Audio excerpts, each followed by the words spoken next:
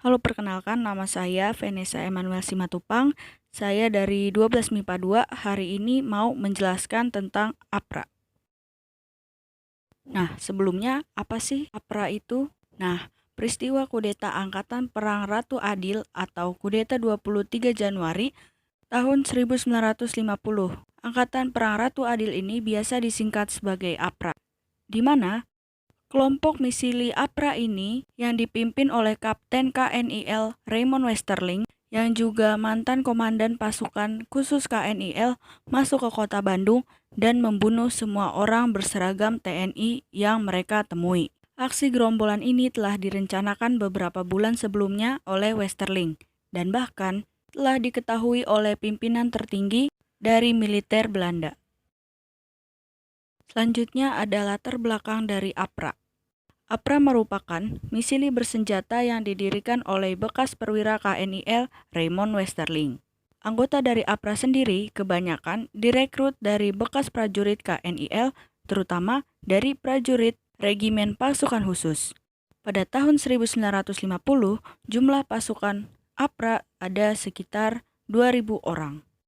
Latar belakang timbulnya pemberontakan APRA di Bandung pada 23 Januari 1950 adalah mulainya Republik Indonesia Serikat atau RIS yang bergabung kembali ke Republik Indonesia. APRA tidak menyetujui adanya rencana pembubaran RIS melalui hasil konferensi meja bundar di Den Haag tahun 1949. Sementara hasil dari konferensi meja bundar saat itu adalah 1. Kerajaan Belanda akan menarik pasukan Koninklijk Leger dari Indonesia. Yang kedua, tentara KNIL akan dibubarkan dan akan dimasukkan ke dalam kesatuan-kesatuan TNI. Dari hasil tersebut, akhirnya APRA dan Westerling menjalin kerjasama dengan Sultan Pontianak yaitu Sultan Hamid II yang beraliran federalis. Mereka akan mencoba melakukan kudeta pada Januari 1950.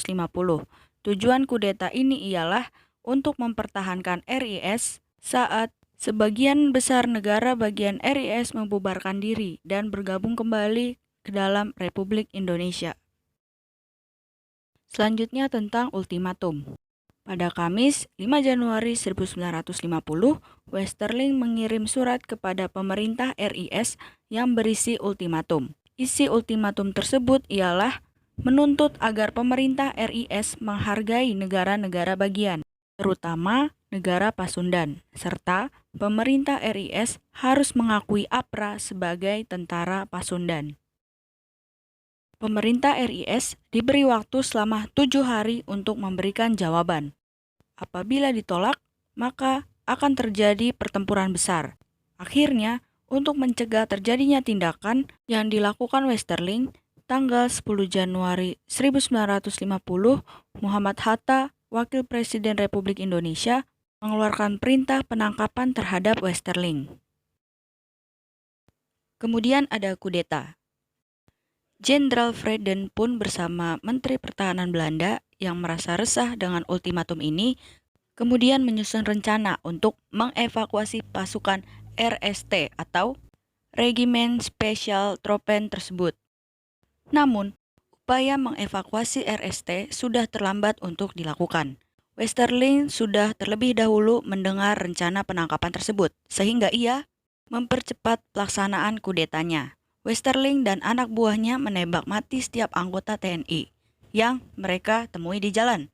Sementara Westerling menyerang kota Bandung, anak buahnya, yaitu Sersan Major, menuju ke Jakarta untuk menangkap Presiden Soekarno dan mengambil alih gedung-gedung pemerintahan. Sayangnya, karena pasukan KNIL dan Tentara Islam Indonesia atau TII tidak muncul, yang pada saat itu mereka membantu Westerling, akhirnya serangan di Jakarta mengalami kegagalan.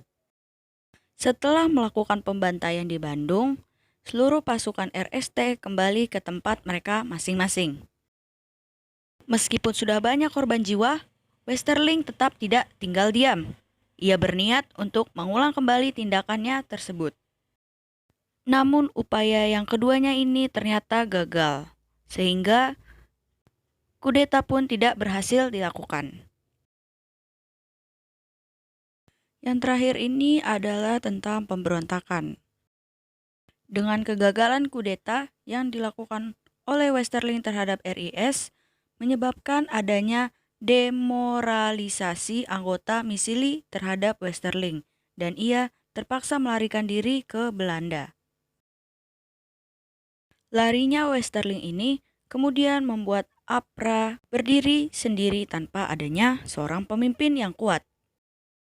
Oleh karena itu, APRA tidak kembali berfungsi pada Februari tahun 1950. Setelah tadi saya sudah menjelaskan sejarah singkat tentang pemberontakan APRA, di sini ada beberapa dampak dari APRA itu sendiri. Yang pertama di sini ada dampak negatif, di mana saat itu Indonesia kehilangan tentaranya akibat terbunuh pada saat melawan. Salah satunya adalah Letnan Kolonel Lembong. Selain itu, untuk beberapa jam di kota Bandung dikuasai oleh pasukannya Westerling. Kemudian, pemberontakan APRA juga mengakibatkan 79 orang APRIS tewas. APRIS ini sama dengan TNI. Dan untuk dampak negatif yang terakhir, beberapa masyarakat juga turut menjadi korban dalam kekejaman dari pemberontakan APRA. Selain menimbulkan dampak negatif, pemberontakan APRA ini juga menimbulkan beberapa dampak positif, yaitu yang pertama, menimbulkan rasa persatuan dan kesatuan masyarakat Indonesia yang semakin meningkat. Yang kedua, bangsa Indonesia jadi memiliki rasa pejuang yang tinggi untuk menyelesaikan suatu kasus. Dan yang terakhir, bangsa Indonesia dilatih untuk selalu bekerja sama untuk melawan suatu kasus, sehingga timbulnya rasa nasionalisme dan patriotisme bangsa yang semakin tinggi. Nah, demikianlah tadi penjelasan mengenai sejarah singkat tentang pemberontakan APRA. Mohon maaf apabila terdapat kekurangan serta kesalahan dalam penyampaian materi tersebut. Saya, Vanessa Emmanuel Simatupang, pamit undur diri. Terima kasih atas perhatiannya.